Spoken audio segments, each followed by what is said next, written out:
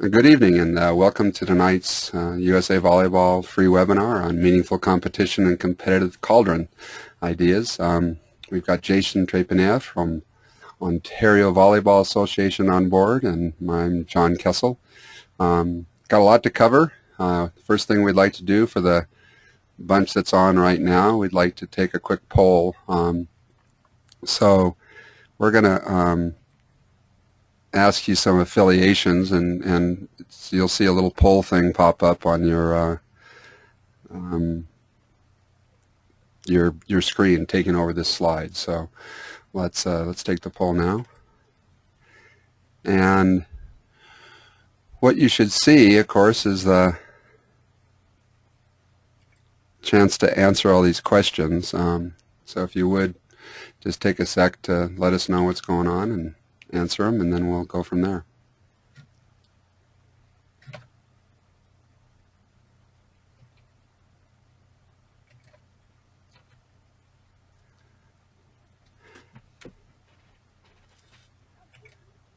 Let's see here.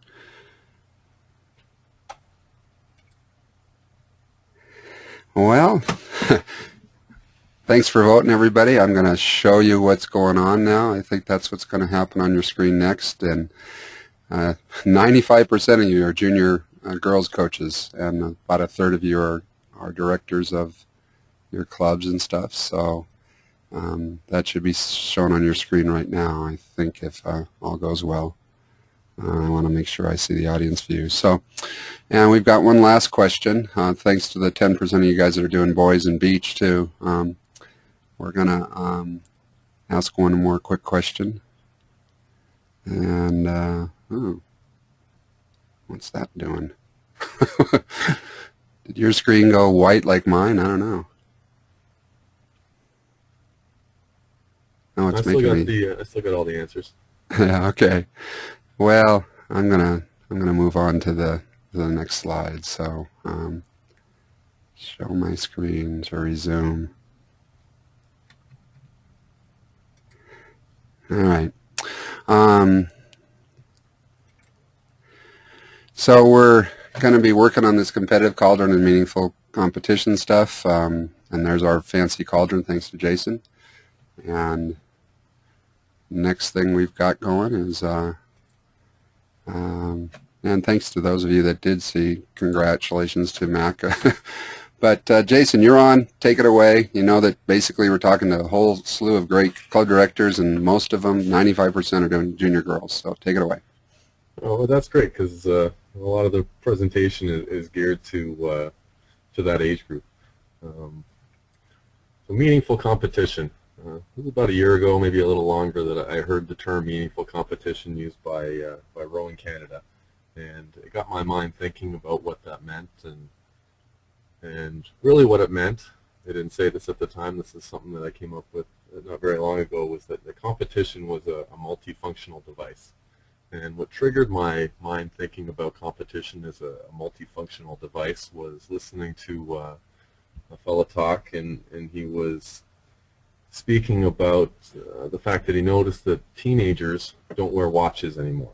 And he noticed it more and more, and went home, and he had 2 teenagers himself, and he said, "Hey, why don't you guys wear watches?"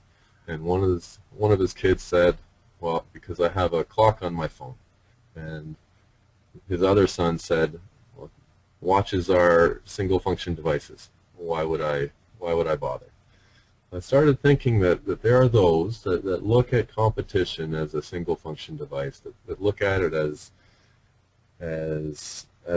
a way of measuring us, as a way of determining a winner and a loser or a ranking. And I thought that there's got to be more.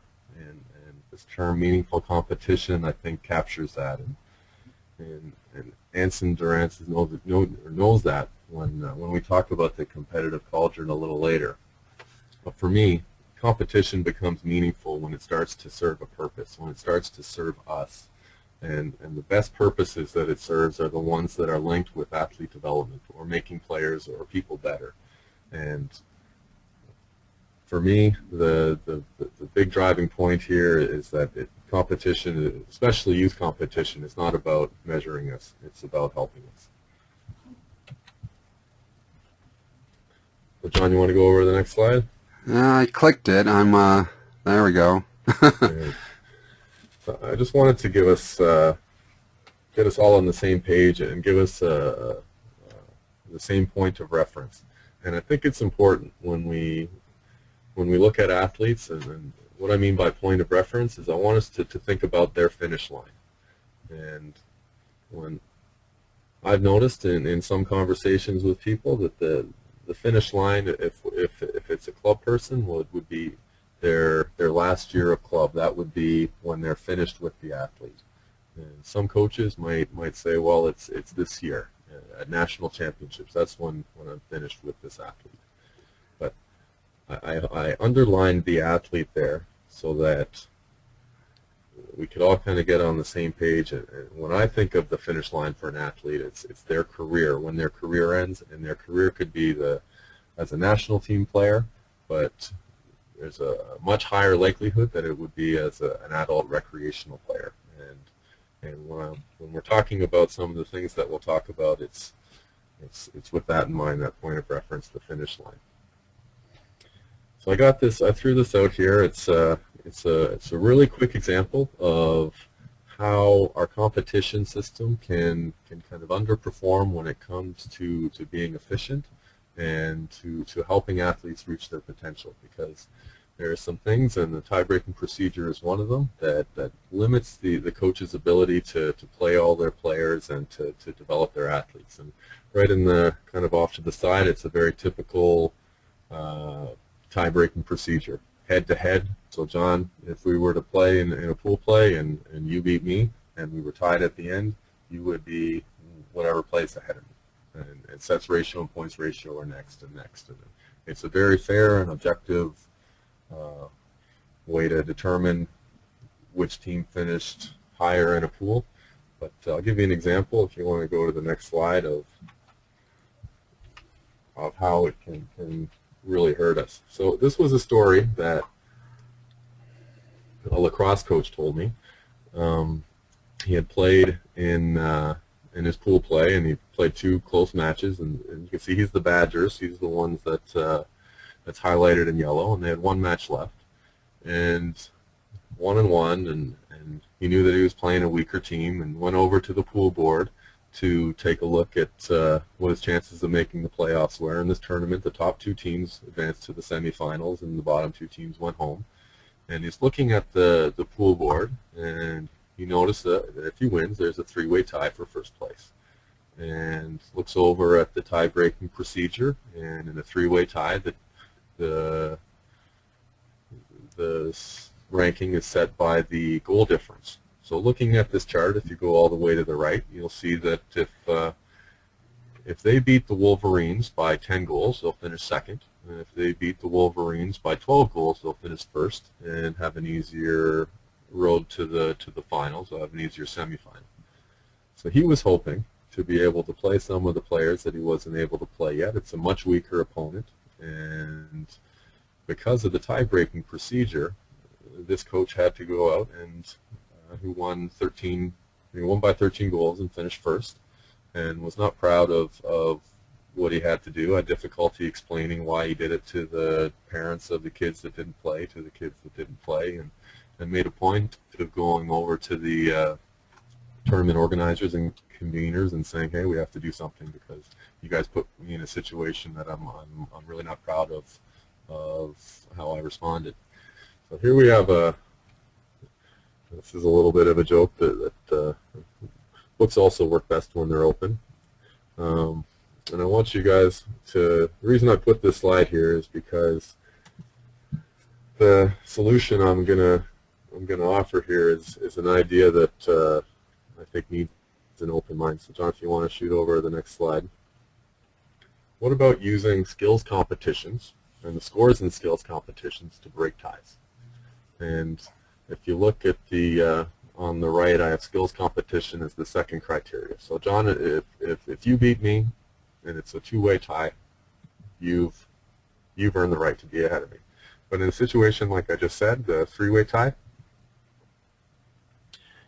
the using sets ratio or sets won and points ratio, that can lead to to me feeling as though, as a coach, like I have to destroy all my competition in order to get a better seed or to make the playoffs. And if you look over, I think I've come up with something that it's not perfect, but I think it's a pretty excellent little skills competition that we could all fit into our tournaments. If you look, the little staples are people.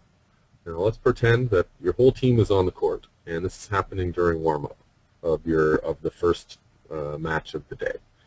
Now there's 4 stations. You can be a server on the bottom, or if you follow the server's arrow to the staple person, there's a passer and a setter and an attacker. And at each one of those stations there'd be 1 or 2 or 3 people, depending on how many. Try to break it out evenly, depending how many people are on your team. So the server would serve to one passer, who passes to one setter, who sets to a hitter, who has to hit the ball between 2 antennas into the court to score a point. So you either score or you don't. You get 0 or 1. Then you follow your ball and rotate and go through that twice. So everybody would go through twice. So if I had a team of 10 athletes, and I might get a score of 12 out of 20, which would be 60%. And John, if you had a team of 11 athletes, you might get a score out of 11 out of 22, which is 50%. No, I'd get 13 out of it. I'm sorry, I'd beat you. So you would get 65%, and you would finish first. But what would have happened is that we would have rewarded, everybody would agree, or John, I'll let you agree with me, that skill development is a large goal or a large priority in youth volleyball. Would you say that's an accurate statement? Yeah, it's kind of fascinating. Jason is on because of his creative ideas that we wanted to kind of throw out at you guys as part of the Cauldron stuff, and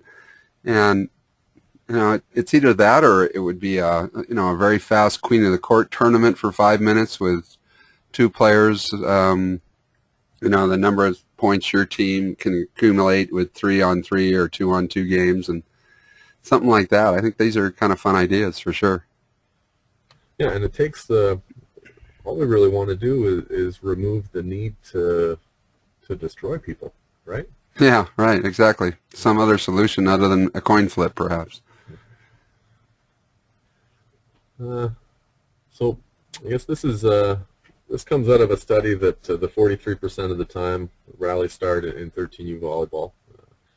It was something that our association took a pretty close look at last year. This is, in Ontario, we have 40 or 50 13U club teams, and they all play traditional 6-on-6 volleyball.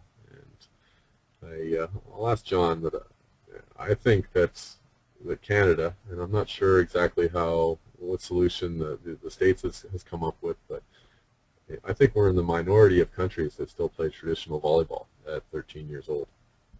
Yeah, we are, and it's one of the bigger pushes that we've been doing, sadly, for 25 years without a whole lot of success, but the research shows really clearly that you're probably at more like a 90% success or dead ball ratio just between the serve and the pass, and I know we've got some charts to cover that. It's the same exact thing here in the U.S., and that's why in the new mini volleyball book that's up online in the best practices and coaches section of the USA website, you can see a couple-page chapter on maxi scoring, which my son coaches 13. He coaches the C team, so those kids are 15 and 14 years old, and he was using it with them in order to get the number of contacts per hour increased and get some volleyball actually going. And so in our meaningful competition version of that, because of what Jason's going to show in the research next, we were seeing 90% of the balls ending before there was anything hit. And so what we ended up doing was with this maxi scoring, you throw the second ball and the third ball in, 1 to each side, and whoever gets 2 out of 3 of those points or gets all 3 gets the big point on the scoreboard, so that it's not just a serve and error thing. So why don't you cover some of your research here? Well, we wanted to change the way 13U was played. Because watching it, you could tell that it was they could never generate a rally, or very rarely generate a rally. But I found it hard with speaking with some of the coaches and club directors to get them to actually understand that, I guess. I picked these 7 stats to take a look at: serves, aces, and then a rally initiated was anything where there was a third contact. So a serve, a pass, and then somebody else touched the ball. I counted that as a rally initiated. I looked at how often the setter, the designated setter, sets the ball, and how often there's the third contact in the side out is an attack. How many attacks per rally there were, so if there was an attack in transition, and then how many contacts there were per rally. And what I noticed was that as I did these in different age groups, that as you acquired skill or you got better, that you missed less serves. That's why at the bottom there's an arrow going down. That there were less aces. Your team was able to pass more serves. And because of that, there were more rallies that started. The setters were able to set the ball up more often, and players are able to get more attacks, and there's more contacts, but there's more play when you get better. But there is a point where there's very little play. And I thought that with each one of these statistics, there was a place you could draw the line and say that, what if they're not able to do this enough, then we need to modify the game somehow. Well, before you draw the line, and we'll go to that slide next, why don't you tell a couple of stories about what other countries we've worked with are doing to solve the problem. I think Germany and Brazil, in order to stop specialization, they just have everybody has to run a 6-6, and they can't run a 5-1, 6-2, or even play. But I think and I know Denmark and Germany have done some great things. So what are the ideas out of Germany? Well, our beach national team coach is half German and half Canadian, and he came here and he was a little perplexed that we were still playing traditional volleyball with 12 and 13-year-olds, and he was telling me that there are some provinces in Germany that have to play on smaller courts and only allow tipping, and that this only tipping gets a lot more rallies, and that some of the other provinces have gone a different route where when you're 11 years old you play one-on-one on a much smaller court. When you're 12 you play 2-on-2. When you're 13 you play 3-on-3. 14 you play 4-on-4, and once you've kind of gone through that, you're more prepared to play the adult version of the game. Yeah. And you guys, of course, have had mini volleyball up there that we've done together. I had the joy of going up to work with Mark and the gang at the FIVB mini volleyball symposium in 2000, and I guess it was 8 or so, something like that. But and I'll be sharing with everybody those website links if you haven't seen them on how to get a hold of that information from the other lectures, because we did record those from all the other countries, and some coaches and people are taking those ideas and growing the sport. But on a meaningful competition idea, what do you got on these slides going on? Well, like we said before, we're going to draw the line somewhere, and wherever there was a red box, that was a score that was not conducive to development, or we could redefine that as unmeaningful competition. That we were exposing these athletes to unmeaningfulness. So if you missed more than 25% of your serves, and I'm not just talking about your team, I'm talking about this is a statistic across the age group. So think about, we all know how many home runs Derek Jeter gets, but we don't know how many home runs the entire sum of Major League Baseball players get. It's not a statistic that you would take, but to evaluate the way the game was played, that's how we took statistics. So if you got aced if the whole age group got aced more than 25% of the time, then we just decided that was not conducive. Or if you weren't able to start rallies half the time, it wasn't conducive to athlete development. So these were the numbers we came up with. That you look at the bottom where the red bars are, that's what happens at 13U, or at least 13U here in Ontario, where they missed 29% of their serves, or 3 out of 10. almost the same, almost as much with aces. So they were only able to get 43% of their rallies started. And at 14U, they still missed quite a lot of serves. But it was an objective way for people to, because everybody agrees with the numbers that where I drew the line. I think I even drew it high sometimes, but most of us agreed that wasn't conducive to athlete development or meaningful competition. Then we went on to look at second contact volleys, and it's 25% if you got less than 25% of the third contact attacks, or you had to play 2 rallies to get 1 attack, or at the end 5 contacts. So if you think on average 5 contacts, there's a serve is 1 contact, a pass is another one, the set, the third contact, hopefully it's a hit, and then even if the 5th contact would be you hit me in the shoulder or I just happened to touch the ball, I would count that as a 5th contact. And if you weren't able to get those numbers, then something, based on where I drew the line, something needed to happen. So these are the numbers with 14U, or with 13U. Both age groups had difficulty achieving the standard that we had set. So I'm curious, John, if USA Volleyball has done any. I know you guys have done studies of just about everything, but if you guys have taken a look at anything like this with younger ages. Not in an official capacity, just in the kind of stuff that I've done with young kids and seen it with my own eyes, counted it or whatever, and just gone, we got to fix this at some level or whatever. That's why we came up with the maxi scoring for sure. And we don't want to set limits on kids because there are some incredible things that young kids can do. We just know that you want to get kids that get more contacts per hour when they're young, because that's an incredibly developmental time period. And when you're spending a lot of your time just serving and shanking and serving air, and while I'll get letters at the office, hey, I watched your team lose to Japan last night and miss a lot of serves. I just served 25 straight in my junior high. Can I try out for the national team? That's the kind of stuff we see happen in letters to me. There are a lot of needs for this kind of research, which is why I appreciate your sharing it.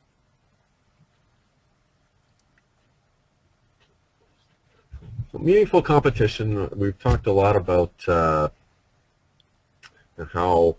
the actual game is structured, or some rules within the tournament. But I wanted to take competition and look at it from a kind of a really 30,000 feet big picture kind of way, and look at it as far as its role in high performance. And when I say high performance, I mean national teams. And I've found that I think the United States is exactly the same. That we here in Canada, if there's a tournament somewhere, we'll try to go to it. And all these youth world championships and SECA events and anything that you need a junior national team to go to, we're quite excited to go. And my question here becomes, why do we have junior national teams? What's the purpose of these junior national teams? And I have to think that the reason we have these junior national teams is to be some type of feeder system to our senior national team, because after all, it is USA Volleyball or Volleyball Canada that funds these teams and sends these teams to these organizations. So it has to serve some type of purpose, and it would make sense that the purpose would be to have a stronger national team. But so the question becomes, how many of these athletes move on to the senior national team? And I've got some stats up here. I'm going to put your stat up on that first, and then I'll go back to that other slide. Sure. So this was something, this is another OVA study that she didn't take very long to do, but what we wanted to do was look at how likely an athlete was to stay in kind of the elite circles. So we have a provincial championship for beach volleyball every year at 14U and 16U and 18U and 21U. And we wanted to start tracking athletes and see what the likelihood of staying in the semifinals of these provincial championships. We figured it to be 40% based on the likelihood of seeing names pop up at the older age as time went on. So if you think about that, if you were to win or just be in the top 4 at 14U, you'd have a 40% chance of being there at 16U. And that same player would then have a 16% chance of being at 18U and a 4% chance of staying in the kind of elite silo of volleyball for those 7 years. And a question that I like to ask people is, let's say we took every provincial semifinalists and gave them some really great coaching and a whole bunch more practices and sent them off to some fancy tournaments in Europe and South America and got them a whole bunch of really great experience. Would we be able to increase the number of athletes that were still really good at 21? Would we be able to make that 4%, 40%? And then some people, generally people agree that yes, we would be able to increase that number. But then my next question is, would that be a good thing? And when we look at the top of the slide here, talent ID or excluding talent, we have the 3 slides here. In soccer, the top left one, only 15% of 16-year-olds that sign professional contracts are still in professional soccer at 21.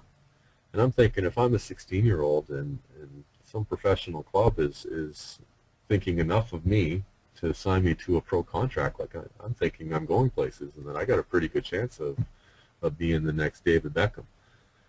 But you can see by that stat that it's just not so. And in the bottom right, of the 29 soccer players we have on our senior national team, only 3 played in the U17 team, so around 10%. And the mind-boggling stat, I mean, I know it's the Little League World Series, the one in the middle is it's a 13U competition, but it's been going for 63 years, and there's thousands and thousands of players that have played in that tournament, and having only 3 move on to the Major League Baseball, or move on to Major League Baseball, I think is really speaks to the fact that we have a real hard time identifying talent at a young age, and then when we benefit them with the extra training, that it becomes harder for athletes later on to join the system. And when you think about efficiency in your whole from a country, you're really hurting your national team, your senior national team's ability to be its best, because you're stopping the best players, or you're providing barriers for your best players to get in. So part of what you're saying here is, of course, that age group competition shows these all 14-year-old boys from Easton's work and girls, and the same thing happens. Can you, when we go to as I go to the next slide on outcome decision, can you tell a story about Garrett and Sam and all that stuff? Sure.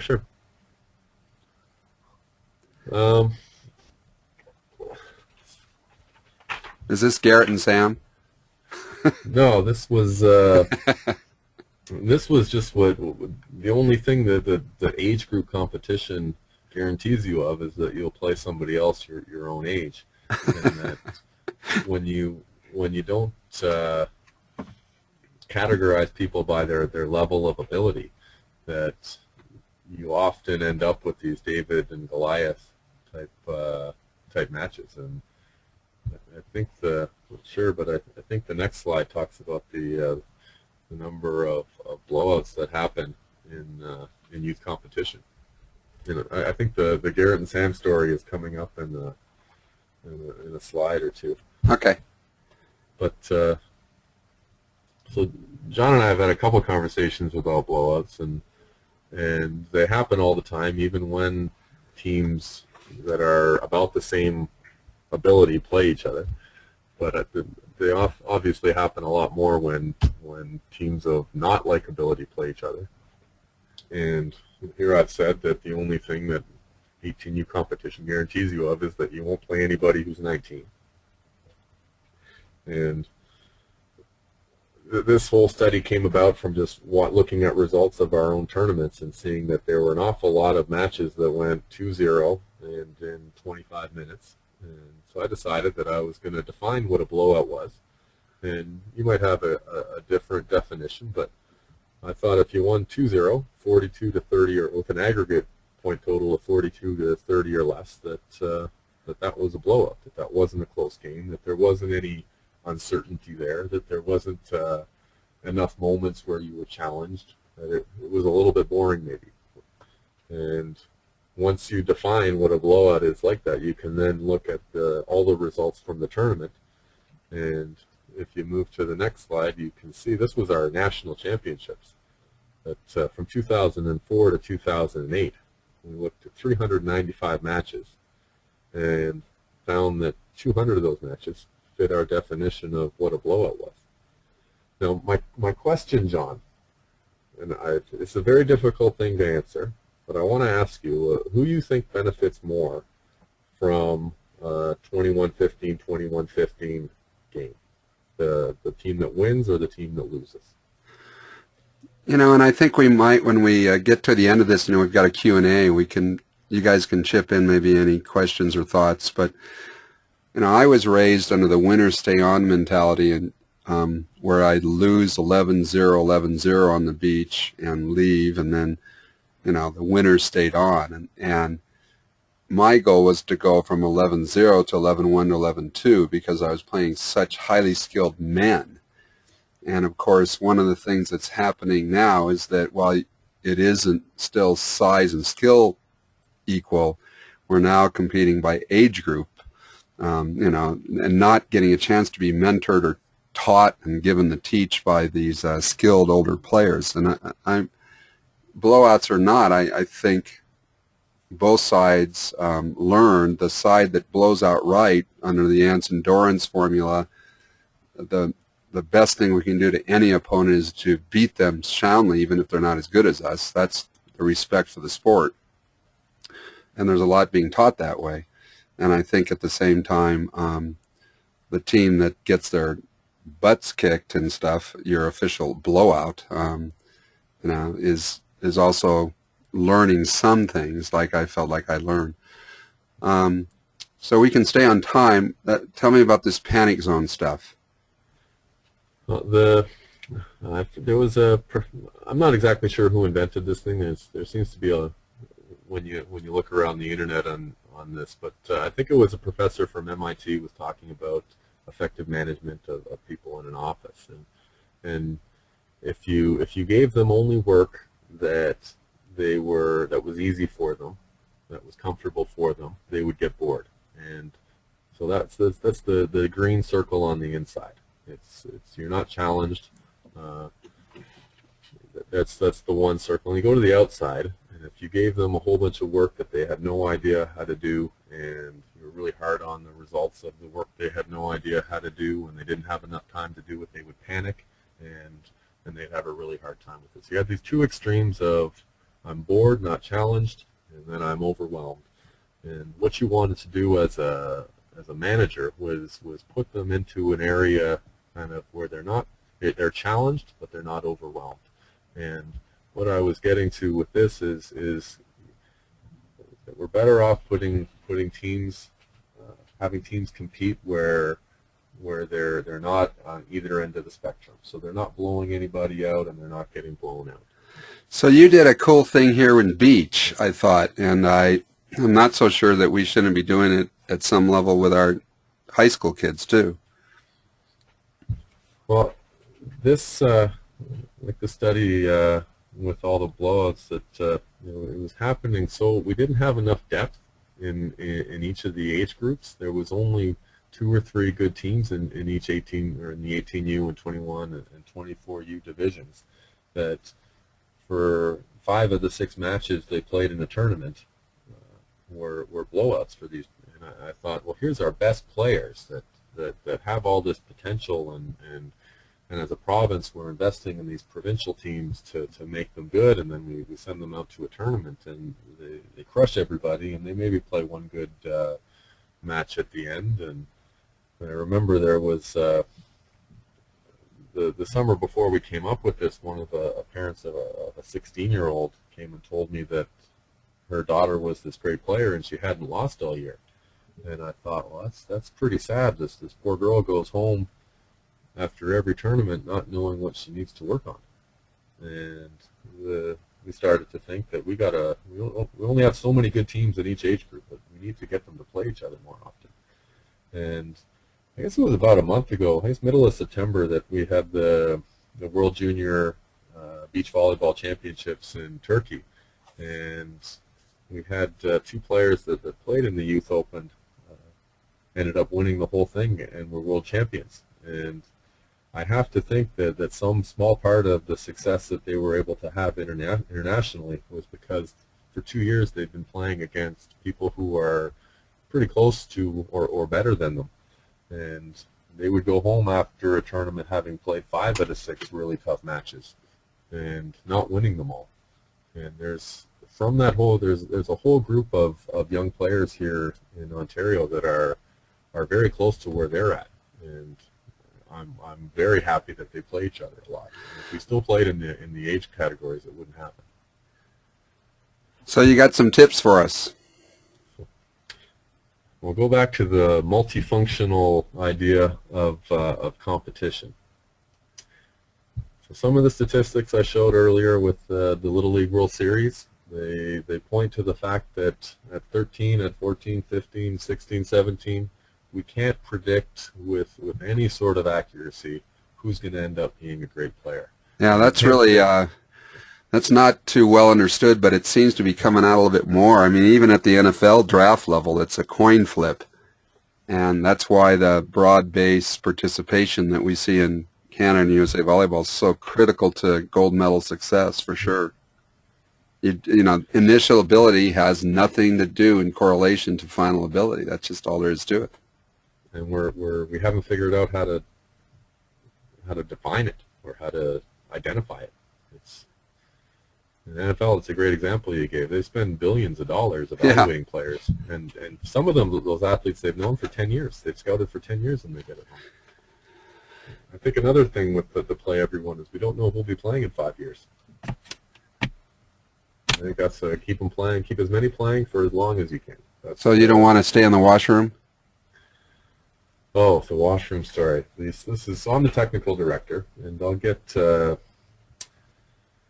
calls every once in a while from a parent and that's not happy with how their club treated them. And we kind of believe in this equal participation, especially in the young ages. So part of our rules at 13U is that after you serve, when you lose your serve, or when you rotate after that, you get your serve back, the player in one gets subbed off, and a new player comes in. So everybody plays the exact same amount.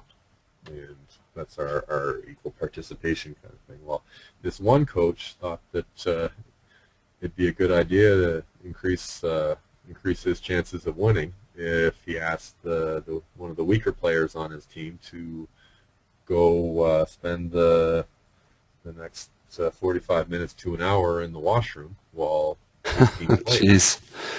Oh, that's sad. Wow. So generalize is another one, and that's that whole Hugh McCutcheon and Brazil specialization is for insects, you know, by Robert Heinlein. A human should be able to change a tire and make a dinner and do all these things. And our volleyball players need to be good at everything and great at a couple of things, is the way Hugh puts it. So what's your unlimited sub idea?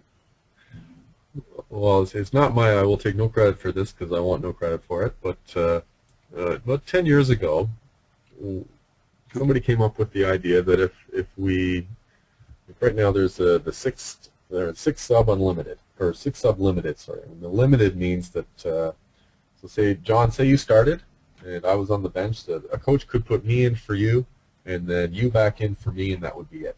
That would be limited. The in, out, in, right? Unlimited would be that we would be able to go in and out for each other an unlimited number of times.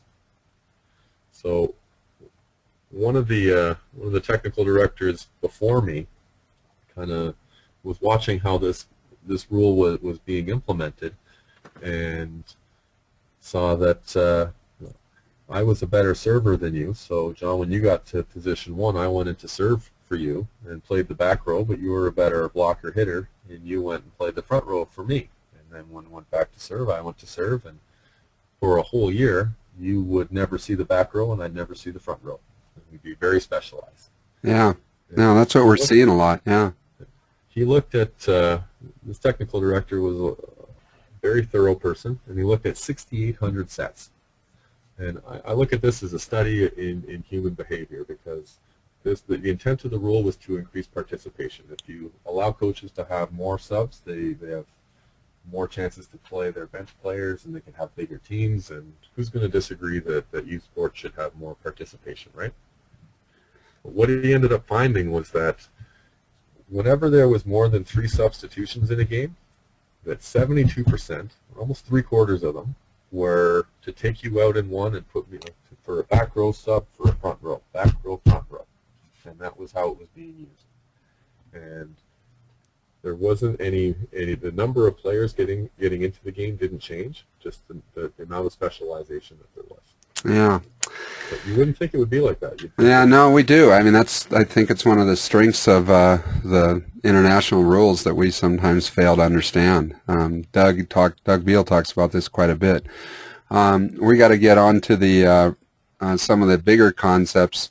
We've got this whole regression of the mean, and random things are going to happen. That means that sporting events, like you say, are probabilistic, and it's a bell curve. It's a really nice bell curve is what's going on. So a lot of coaches don't understand, as part of meaningful competition, that they want to let players play through, quote, play through their mistakes, just because they're not going to continue to make the mistakes if you know that they're a skilled player. I'm going to send to everybody 2 articles that Jason has had a chance to read and chew on. One is called The Tea Leaves of Sports Talk, and the other one, for all you listening in tonight, is going to be called No More Mistakes and You're Through by John Cleese, because the whole idea of making mistakes means you're doing things you've never done before, and you want players that are pushing their envelope and things like that. So, do you have any other stories that go tied into this regression of the mean, which the articles will cover pretty well, along with a book called The Drunkard's Walk. If you haven't heard us speak about this before in other webinars, The Drunkard's Walk is a brilliant book about how coaches get fooled by regression of the mean. Do you have any other stories? Well, the only thing that I wish I'd known regression to the mean as a player. Yeah. there was one coach that let all the players play through their mistakes that I had. And whether I made 3 mistakes in a row, I never looked over to the bench to see him picking up a paddle. But there were coaches that I played for that if I made 1 mistake, I knew that if I made another one, that I might be getting subbed out, and for sure Wow. if I made 2 more mistakes, I'd be getting subbed out. And it's something that you try as an athlete not to think about it, but it's there. And it was a lot easier to play for the player that let me play through the mistakes than Yeah. So the last thing that you're thinking about that makes competition meaningful, of course, is developing amazing leaders, which is my coaching motto. So what do you got here? Well, it's the whole guided discovery, intrinsic learning kind of thing, and engaging your athletes. And I thought, if you're going to create goals for your team, why not have your team help you and maybe create their own goals? What do they think their seasonal goals should be, instead of you telling them, and give them some input into it? And how about a game plan? You want your players to think a little bit like coaches, and if they've played a team a couple times, to ask some questions like, what player do you think we need to serve, or what angles do you think we need to take away, or what's their strongest shot? Those kind of things. And I was going over the slide with my wife, and she said, yeah, a lot of times I'll tell you to do something and you'll forget to do it, but I remember telling you.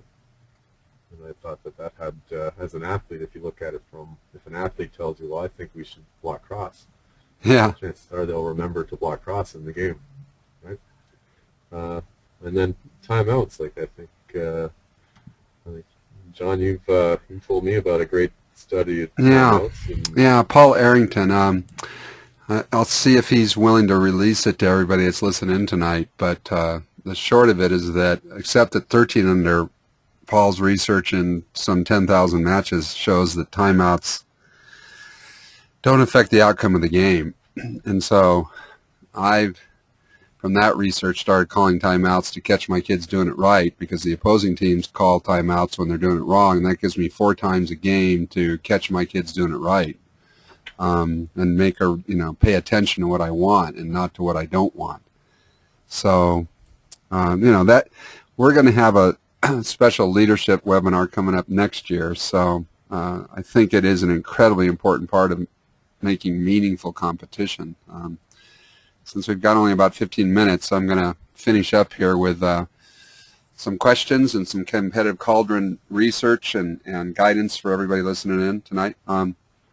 So my first question that's up on the screen is, as Carnac does, the answer to these questions are, so 405,000 is the number of high school girls playing volleyball last year around the United States.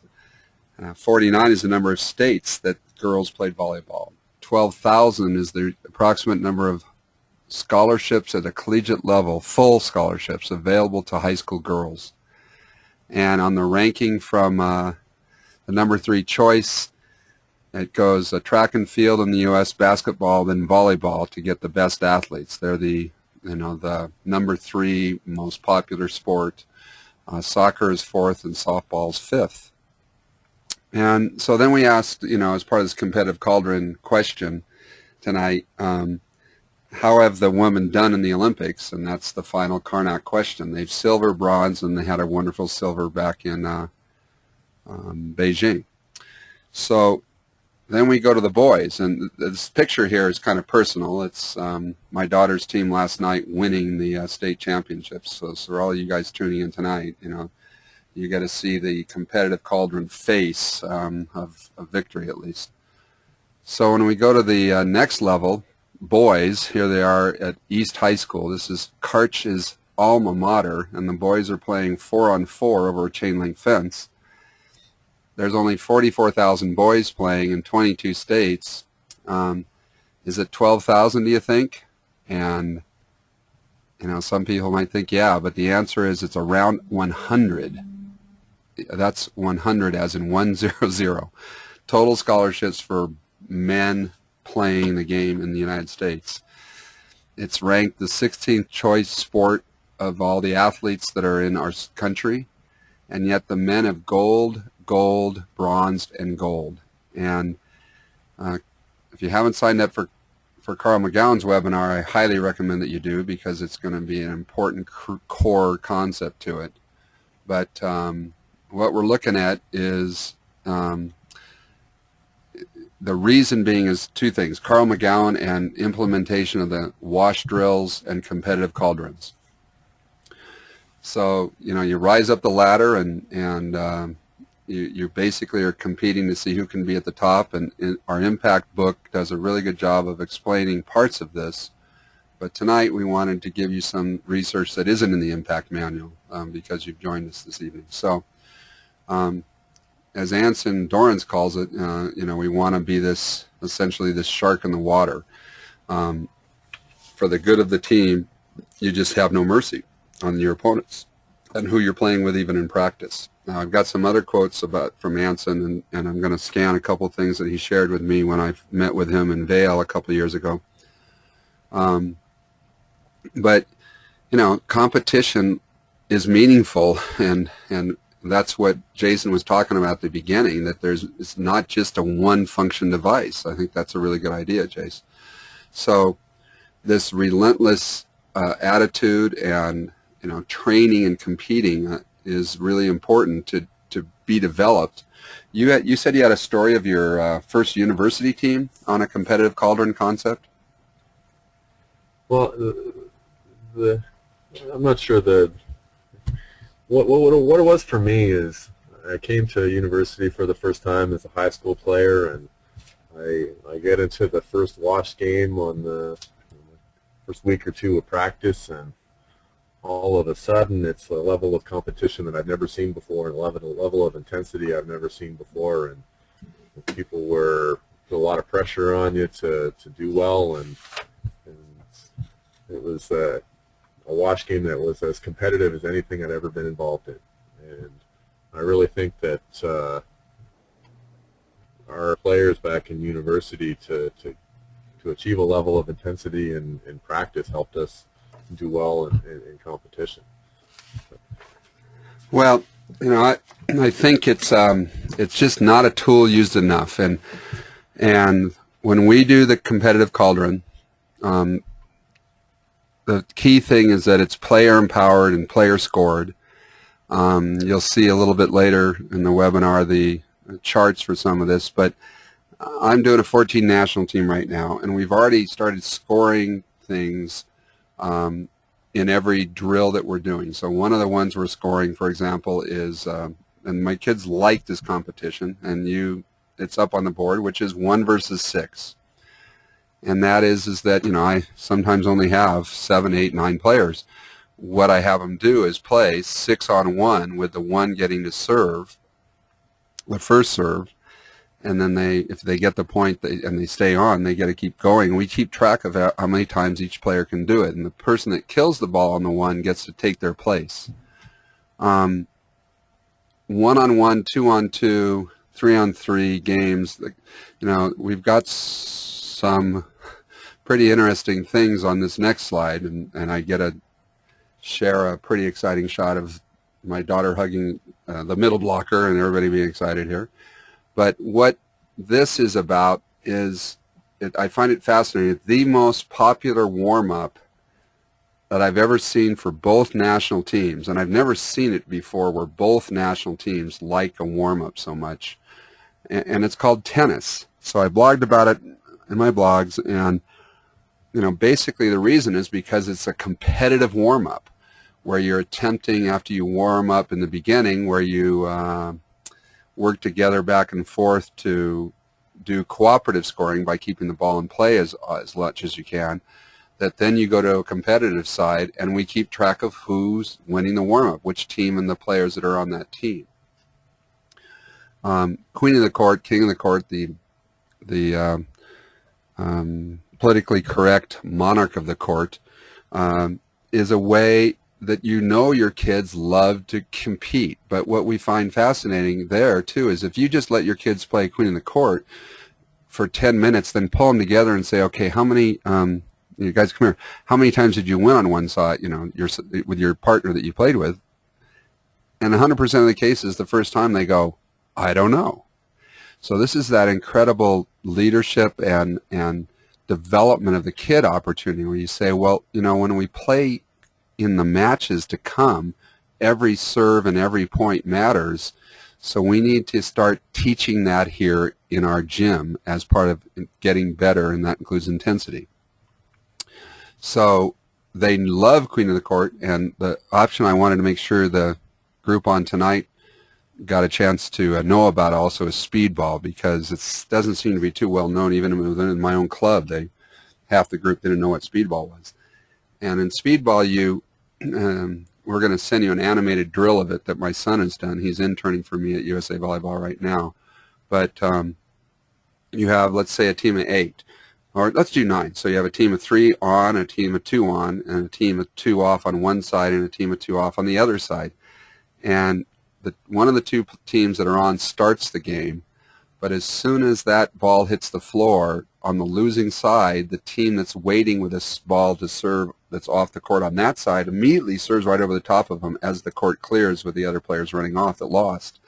The losing players dash to get another ball to serve, and if you do it right, the ball is in the air the entire time. But from a competitive Cauldron point of view, because I'm doing doubles teams throughout this, like you'll see in one of the charts to come that we have up on the website already, you keep track, and each time they play with a different partner. And over time, what's going to happen with that is that you start to see through the Cauldron who wins, no matter what other partner they're with. And that's part of this tradition of a good competitive Cauldron thing. Now, I write, how many matches are not scored versus drills, and that's kind of that same thing. Every match, every point matters, yet in so many drills, and I'd prefer to do games than drills, but in so many of them, there's no scoring going on. And that's the core of the competitive Cauldron, is to increase the intensity, improve player confidence, because we want to have a lot of people that want to play, like the initial ability that we've already talked about. So Anson, in his book Training Soccer Champions, which you can get online for about $30, it's out of print, but $30 to $80.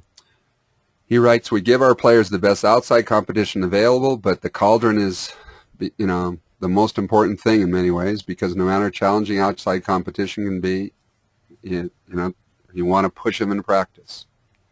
No matter how often you play, you'll still spend more time in practice, and that's where your players always get their edge. So we score everything we can. We never endorse what's below standard, and if you do that, then when you praise, it'll have meaning. And so we try to do as much 4-on-4, 3-on-3, even 11-on-11. And in the end, the reserves playing. And all these games are recorded, and we post on the wall. They see it every day. We're relaxed and laid back about everything except for when training begins, then when there's a fury of intensity. All we do, though, is just put the charts up on the wall.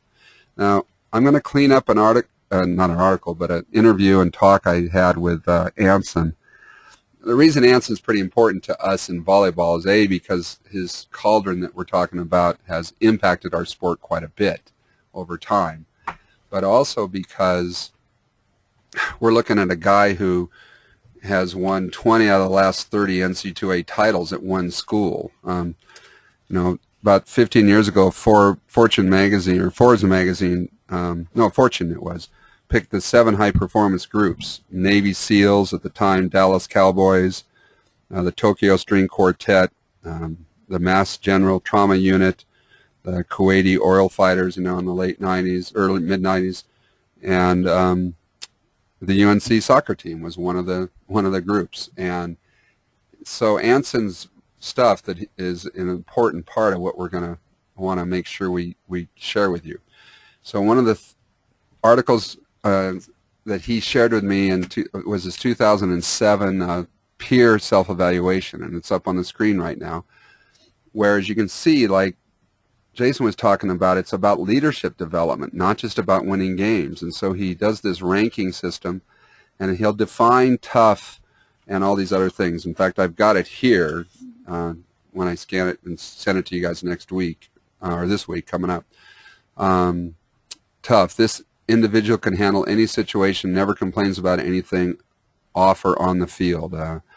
Positive. Nothing can depress or upset this powerful and positive life force. The mood swings, not even negative circumstances, can affect this rock.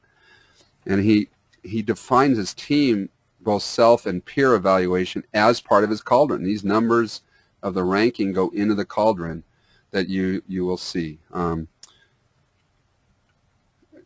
You want to tell us a little bit about the slanting line principle for you and things like that, because actually, save it for a second. I'm going to finish out because I'm on this section. If you go to usavolleyball.org to the grassroots button, and then underneath that go to best practices, this is one of the 3 or 4 charts that is free, a huge Excel spreadsheet we've been working on with the Canadians to have this sort of open source competitive Cauldron. So you put your kids' names into it, and it generates out singles tournaments, doubles tournaments, 3s and 12s, and 3s with 10 players on your team, 3s if you've got 11 players on the teams, and things like that. And then you can do these Cauldrons as part of it as the head-to-head competition. That's an important part of it. The books that you should consider getting to understand the research, the Training Soccer Champions is the one that's out of print at quite a bit of money. But The Man Watching, last time I checked on Amazon, it was under $18. And think that was for hardback even, a tremendous read on how the competitive Cauldron developed. The grassroots button, but Gold Medal Squared, and of course we worked closely. I did a webinar for the beach coaches on Friday night for 3 hours with Carl McGowan, and his Gold Medal Squared site is going to have up this spring a web-based competitive Cauldron that you'll be able to put the stuff in that's like in the Excel spreadsheet, but do it on a website and be able to access it from wherever you are. And then Coach Ray did a really good job of explaining some of the Cauldron on his website there, so I wanted you to see that too. So it's 7. I wanted you to finish up, if you would, please, Jason, with this slanting line principle and things, because I don't want to miss that. Well, it was just I wanted to look at the winner stays on versus this theory of Mostyn's slanting line. And Mostyn's slanting line is that we have to.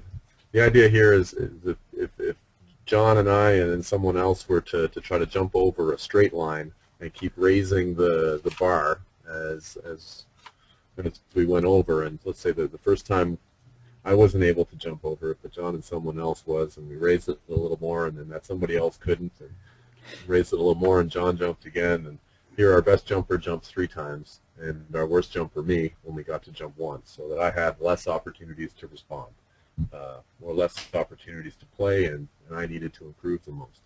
And when you go with the winner stays on idea, if you think of our tournaments here in Ontario, we're if you end up making the semifinals and the finals, you play 2 or sometimes 3 more matches than the best teams play 2 or 3 more matches a tournament than the weaker teams.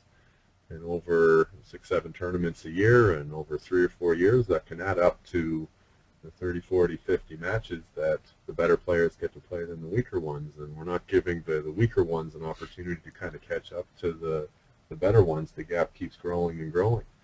So just an idea that the weaker ones are the ones that need to play a little more. All right. Hey, we wanted to give you, there's a chat box if you haven't opened up the little plus sign that says chat on your screen, and you can type any questions into us. Oopsie. So this is a little bit of closing out Q&A time. This is how to reach Jason and myself. We thank you for listening in tonight to this free webinar by USA Volleyball. Obviously, we're celebrating some of the medals of Beijing here on the screen. And if you want, because we know that many regions have a continuing ed option to their impact rather than retaking impact, you can prove that you've taken a course. Well, I will be sending an email list of all the attendees to the regional commissioners. But you can also get CAP module credit for this hour because the Cauldron is an important part of CAP. And you just have to email USA Volleyball or go to the webinar stuff there, but email cap@usav.org and you can get the credit for whatever they charge there. You don't have to do it because the webinar is free, but if you want to get credit for your CAP side of things. So any questions, if you'd open up the plus sign of your chat box and type them in, and it should come into both Jason and I so we can respond. As I said, I am going to send you my talk and interview things that I picked up when I was with Anson Dorrance up at Terry Pettit's session up in Vail a couple years ago. Terry opened it up, with a great funny statement. He says, little known fact, Terry was saying, Anson and I have combined for 20 national titles. Of course, 19 of them at the time were Anson's and 1 was Terry Pettit's. But the research that we've got, of course, the competitive Cauldron is a big part of what we've been doing on the men's side, and you're starting to see it impact the women's side, even though they finished 4th at the World Championships. That's a pretty high finish for them at this point in time in development. So certainly the medals that we've won are largely connected to that. I'm not seeing any questions coming in, Jason, so if that's the case, I'd like to thank everybody for their, let's see, we've got one here. Oh, wait, hang on a second. I do see one. Sorry about that for some of you guys. Oh my gosh, Sean, some of you guys have been asking questions for quite a while. This shows my expertise in, I do chat and not questions. So there's a modified game from Nicole on bound ball. Now, everybody else listening in, you can leave. If, you know, obviously we don't test or any of these webinars, but we're going to answer these questions that have been coming in. Nicole's asked, bound ball. Kids use volleyball skills, position scoring, but you play in a tennis court and a bounce is allowed. Yeah, bound ball, Newcomb, it's something that's been around almost 100 years, Newcomb, the one bounce. And I tend to prefer, because you want to track it, playing Newcomb less and more playing keep it in the air on a smaller court, because the kids can. They have to learn to track and get to the ball before it arrives. David writes about equal playing time being difficult to achieve. How do you let players who show a lack of motivation or effort play as much as those who work harder in practices? We have a league here where playing time must be equal, but a player doesn't even go to practice or able to get that equal playing time. What's the incentive for giving their all? I'll answer, David, one thing. I find kids that are there are motivated enough to be there. So I need to find out what makes them tick. I have a information sheet on all my kids that I'm coaching at 14 National. It tells me their favorite number, and these are all up on the grassroots website on the player info sheets and stuff that you can download and use. And then I spend extra time with those less excited kids, catching them doing it right when they, and helping them see that, you know, hey, you're actually getting good too. That's my thoughts. Jason's a really good coach. What do you think about that one? Well, the thing that comes to mind, just thinking about why players leave sport and all the studies that you see are the number 1 or 2 or 3 reason is always playing time, and you might have to go through a couple tough moments where you don't feel like you're being rewarded for the effort that you put into the athlete. I got to think over time that, like John said, if they're coming out, they're going to come around. All right. And that was a similar later from Sean. How do you keep the point system fair? An outside hitter can score on dig, attacks and blocks. DSs cannot. So how do you keep the score fair? That's a great question. In goalies versus forwards, there's some weighting to the things that you do. And the weighting you'll see in the chart allows you to triple or 5x or 2x the things that you think matter. And from a starter point of view, you would change some of the scoring things for a DS if they're not going to see the front row, and reward some of the other things that you're after. Now, that ability to take a Cauldron, I just want to say for those of you that are still on, the vast majority of you are, that we do it player scored. There's really 3 ways to do it. Video it and then chart it, which takes twice as long. Do it in real time with the players reporting their victories or points, or having a coach do it. And you know, I don't want to be a counter of numbers or anything. I want to be a coach. So I had the players empowered to keep their scores, and I have to trust them. And then we have a whiteboard type thing with all their names on it, and they go in and they type in their names, or put in their scores underneath each of the things that are up on the whiteboard for practice. Attacks, let's see. Recommend playing younger girls, 13 unders, playing true 16 under teams. I don't know, Jason, what do you think? I mean, it's the younger version of your 18 to 24 thing that you're doing successfully in beach. Carrie was wondering. I guess if they can win half as often as they lose, then yeah. If the matches are 25-12, 25-12, then you don't want to be doing that too often. You know, for me, I was raised where there was no age group competition, so I played men, and I've made my son, who's looking like he's going to play D1 ball next year at a great school, play a lot of men, because even though you lose in doubles or you lose in sixes that way, there's a great amount of teaching that you're learning, and it develops you a lot faster, I think. So I have no problem playing up one or two age groups whatsoever. I don't know, 13 to 16, I think it would take because of the maturity level, it takes a little bit of a team mature to be able to do something like that.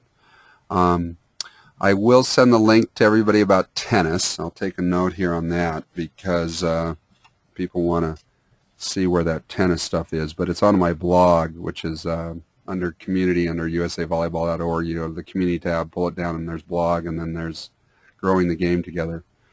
John, I just thought of one thing. When we went with we got rid of the 18U and the 21U and created that Youth Open division, I got a lot of emails, a lot of calls from parents saying, this isn't fair, a 17-year-old can't compete against 24-year-olds. They're going to get hurt, they're going to get this and that, and I thought, well, we'll just go through a summer and see what happens. And our provincial champions that summer in Youth Open, one was 17 years old, and two were 17-year-olds, and Garrett May was one of them, who ended up becoming a world champion this year. So wow.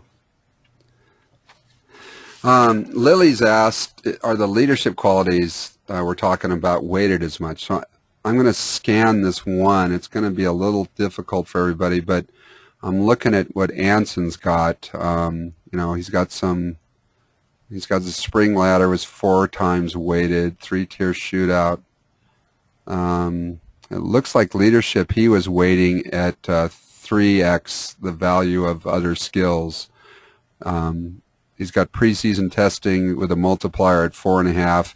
These multipliers kind of let you put in things like leadership in, and yet either have it match up to being a part of skill, like I'm a good hitter, I can hit the ball in this number of times or win this number of matches in a non-skill test or whatever.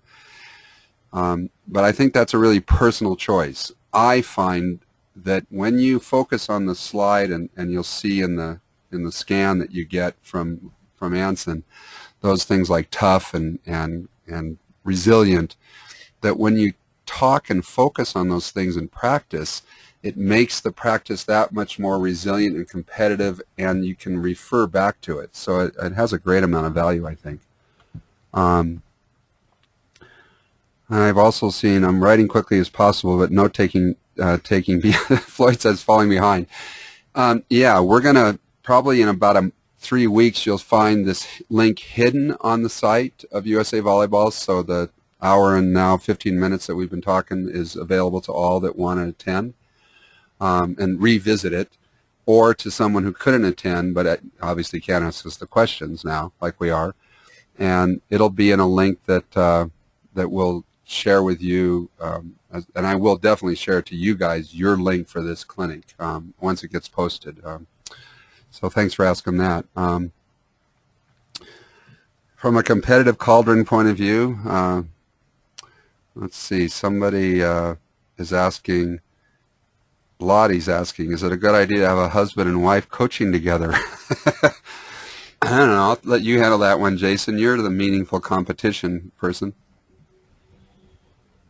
You know what, I've never once thought of that, but yeah, why not? I don't know.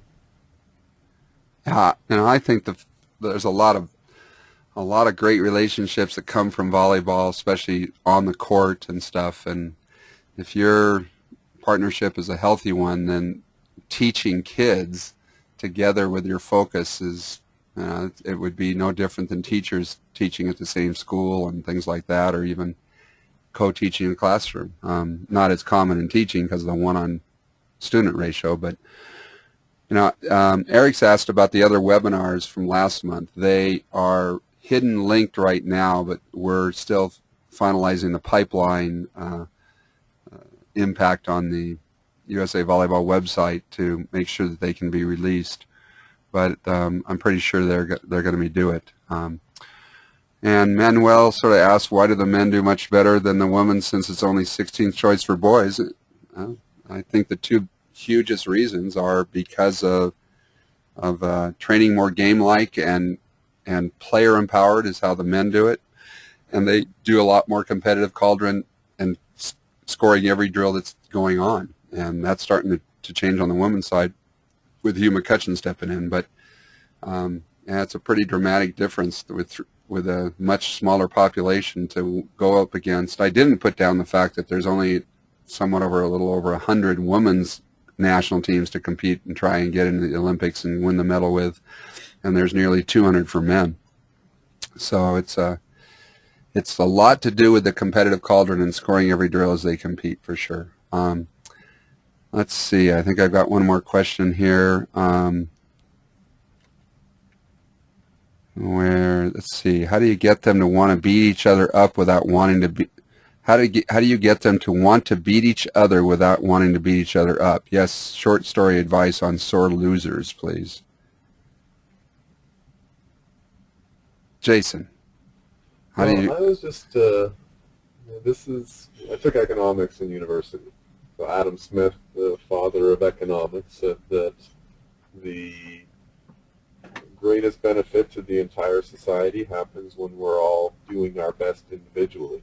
And I think once players understand that I'm trying to destroy you for the betterment of the team, and I think there does have to be, maybe the coach has to set the example or make this point that when practice ends and the teams go off to their team room, and that what happened on the court is separate, that it's not personal on the court, that we're growing stronger together on the court, and when we leave we're going to be stronger, even though that we were trying to destroy each other. But it's for the betterment of the group. Yeah, and Anson covers some of that in the gender differences, but I think it's all about helping the kids understand. So here, try this. Don't even try it. Do this. I think you'll find it a fascinating study, and I maybe should have done it here. If you list all the qualities of a great athlete and a great competitor and put those 10 or 15 words that come to mind down, and then you list all the qualities of being a great woman in our society today and list those, you're probably going to see about only 3 or 4 places that they overlap. And so what you need to do is help kids, and I'm working on this with my 14s even as we speak, understand that when you walk in the gym, you are an athlete. And these are not gender specific. You're an athlete, and Jason and I are athletos. An athlete is one, non-gender specific, and this is what athletes do. So kind of like what a competitor does, then you guide your kids, including this thing that Manuela wanted me to put back up, and you will get a scan of the definition of these 12 words from Anson's side of the handout that he did with his team. That this is what you get to do for the next 2 hours, and it's okay, and it's part, and then you get to become the prom queen when you step outside again. And that's a skill of teaching that goes back to, I believe, catching kids doing it right, as in catching kids to being competitive and rewarding it, and being yet at the same time focused and supportive and noble and selfless and all these other things which happen in the gym as well. And when you see all that, your team's pretty bonded. But that's a topic that you should have covered pretty well in Impact. So, the whole battling to bond versus bonding to battle. Keeping score. Do you ever think the kids will become more result-oriented with constantly keeping score and recording points? Will they be losing sight of the process and the growth that happens with teaching the sport? I haven't experienced that whatsoever, but it may be my part of my role in the gym is to reward at a very high level process and effort, like Carol Dweck's Mindset, great book work, where it's about focusing on effort with these athletes and not about the outcome.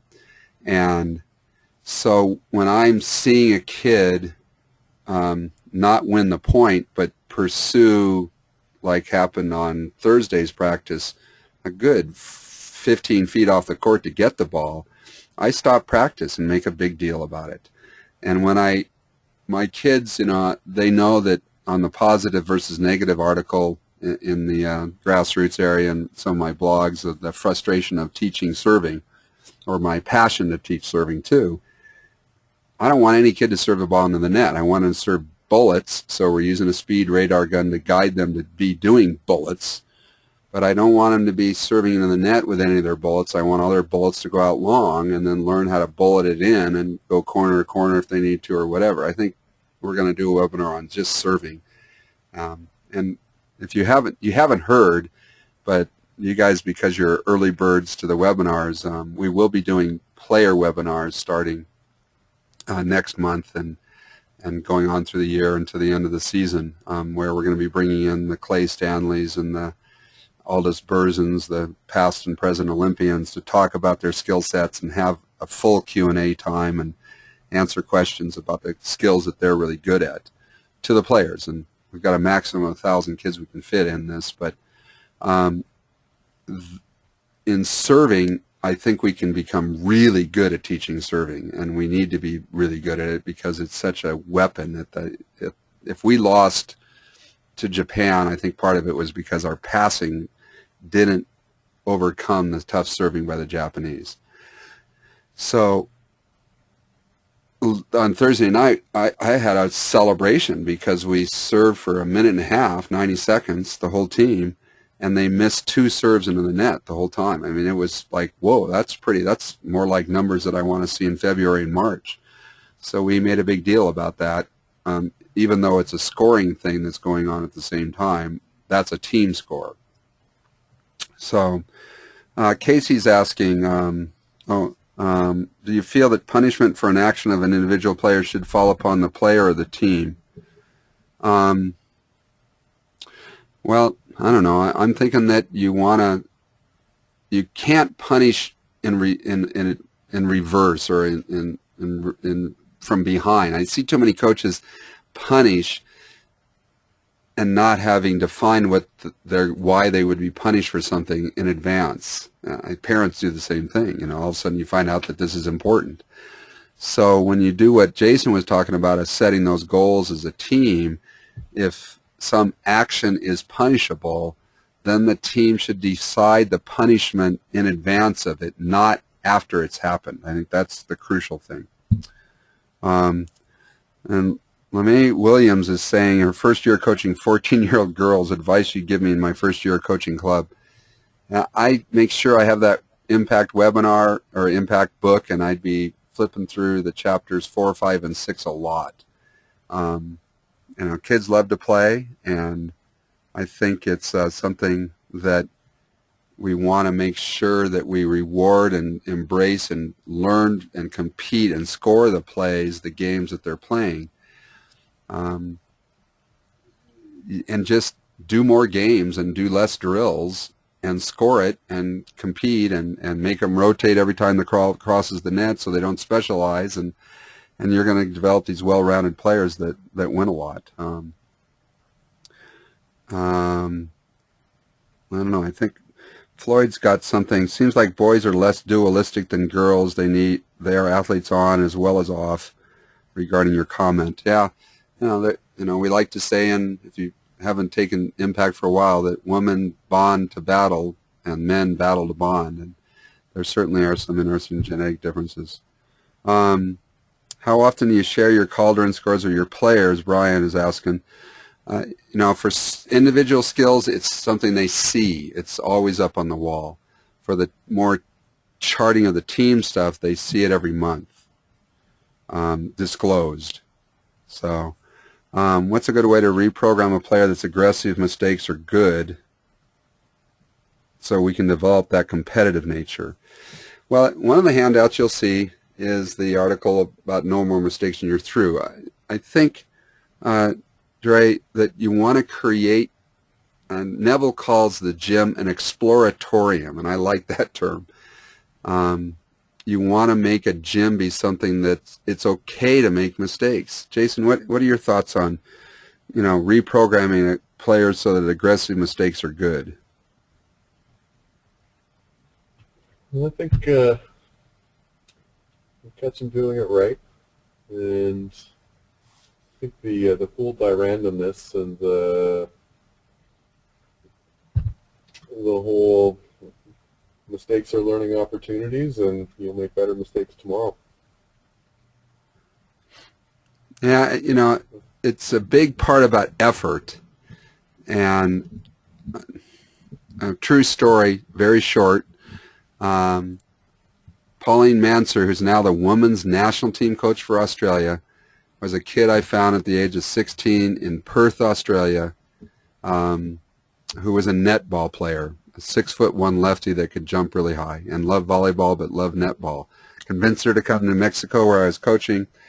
We went up to our first doubles tournament in the Labor Day weekend with a team, and she lost to two 38-year-old ladies and two 35-year-old ladies, and was eliminated from the double elimination tournament, even though she was an incredibly better athlete and everything. In doubles, she didn't have the skill set and the reading capabilities to win, and she was like sitting there going, my God, I just 15-0'd against two squatty-bodied ladies that are 38. Look at me. What is wrong with me? So, well, you haven't played enough doubles and you don't know how to read yet because you know how to play netball but not volleyball enough. So let's stay with it. And that was in '88. In 2000, she took 7th for the Australians in doubles with her Australian partner in Sydney's Olympics. But her auspicious start to the game, initial ability has nothing to do with final ability, was a 15-0, 15-2 loss. So, you just have to reward, and that's what we did with Pauline, aggressive behavior. And every time she started to do something more aggressive than her tall poppy syndrome. See, Australians like to not be tall poppies. They like to chop off anybody that's a tall poppy in the field and kind of all be equal. So excelling and being the best you can be sometimes can be difficult for an Aussie. Colleen asks, do you share the stats for the tournaments with the players? I sure do. Yeah, I mean, they like to see it, and you share it with them from a teaching point of view, not a punishment point of view. What are we going to work on? It's no different than a great dance instructor or a music teacher who listens to a concert, takes notes, and says, this is what we need to work on in the next practice. So that's what the stats guide you to be understanding too. Shang's on and says, one of the key principles of innovation is the concept of failing faster to find the ultimate solution, a DARPA principle. Now, that's there's both the failing faster concept and one that we may chew on in a webinar where they talk about accelerated learning and faster learners, and how do you help people become faster learners. And that's a really neat area. Do you have any thoughts on that, Jason? No, I've never heard of that. Okay. I'll be looking into that. Yeah, you want to get into that. So look into the failing faster to find the ultimate solution. That's what computers can do. That's why Big Blue can beat men and over time, because the computer can make so many mistakes so much faster than we can. What if the weaker player on the team isn't getting as many touches during gameplay? I don't know, Karen. That's an interesting question. If you do coach-controlled things where you're implementing the ball, you can guide it, and you might take aside your captain and ask her to give a few extra reps or things towards that player perhaps. But I think in the end, when you mix things up and you're rotating and stuff, you'll find that the weaker players get more balls, get enough balls to become good too. I think that's the close of our questions. Again, thanks for sticking on for the extra half hour for Q&A time, and that's what we'll be doing. Usually we start the Q&A time a little bit earlier, so we try and close it out right at 7, but this is not the longest Q&A we've had so far for this webinar, so for a webinar. So on behalf of USA Volleyball, Jason, any last words?